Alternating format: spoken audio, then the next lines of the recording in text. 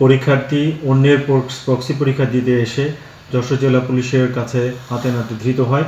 তারা একটি চক্রের হয়ে অর্থের বিনিময়ে প্রক্সি পরীক্ষা দিতে এসে তারা এসেছিল এবং পুলিশের কাছে ধৃত হয়। কেউ কেউ স্বীকার করে যে ৮০,০০০ টাকার মাধ্যমে তাদের কন্ট্রাক্ট হয়েছিল, এই অর্থের বিনিময়েই তারা এই পরীক্ষা দিতে এসেছিল। ট্রেনি রিক্রুট কনস্টেবল এর লিখিত পরীক্ষা চলছিল। এই লিখিত পরীক্ষা চলার প্রাককালে ৩ জন পরীক্ষার্থী অন্যের প্রক্সি পরীক্ষা দিতে এসে যশোর জেলা পুলিশের কাছে হাতে নাতে ধৃত হয়।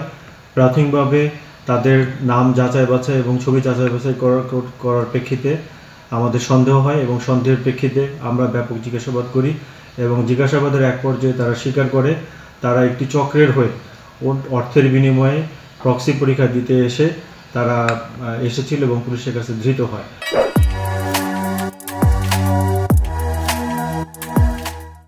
এবং আমাদের যশোর জেলা পুলিশের তথ্যের প্রেক্ষিতে এই চক্রের আরেকজনকে কুষ্টিয়া জেলা পুলিশ অ্যারেস্ট করেছে বলে আমরা জানতে পেরেছি এবং যারা ধৃত হয়েছে যশোরে তাদের বিরুদ্ধে আইনানুগ ব্যবস্থা প্রক্রিয়াধীন রয়েছে এবং আমরা জেনেছি তারা জিজ্ঞাসাবাদে জানিয়েছে এই যারা পরীক্ষা দিতে এসেছিল তারা বিভিন্ন সরকারি বিশ্ববিদ্যালয় এবং এটি সরকারি কলেজের কেউ প্রাক্তন শিক্ষার্থী, কেউ বর্তমানে অধ্যয়নরত।